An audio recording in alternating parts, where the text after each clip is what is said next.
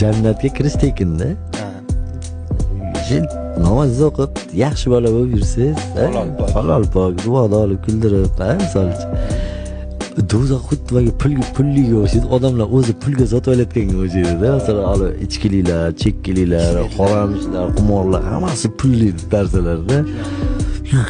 Olib bir o'ylab qolaman, qo'rqaman-da. Deyman, shu narsalarni o'zi pulga sotib olyapmiz-da, deymiz-da.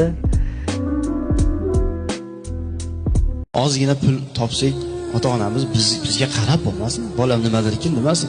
Oq bo'lganingiz shu azizlar, eshitib oling. Shunaqa farzand bo'lsa ichimizda agar pul topib ota-onaga xo'jayin bo'lib qolsa, ota-ona sizni vaqtingizga qarab ish qilsa, sizni kayfiyatingizga qarab ish qilsa ota-onangiz, qani bolam nimadirkin, bolam bilan bir maslahat qilay deb sizni qo'lingizga qarab qo'ygan bo'lsa, sizni og'zingizga, sizni qosh qovog'ingizga qarab qo'ygan bo'lsa, ayniqsa ona, eshitib olaylik azizlar, ota-onaga oq bo'lganimiz shu. Oq bo'libmiz. Chunki biz shunaqa muomala qilishimiz kerakki, ota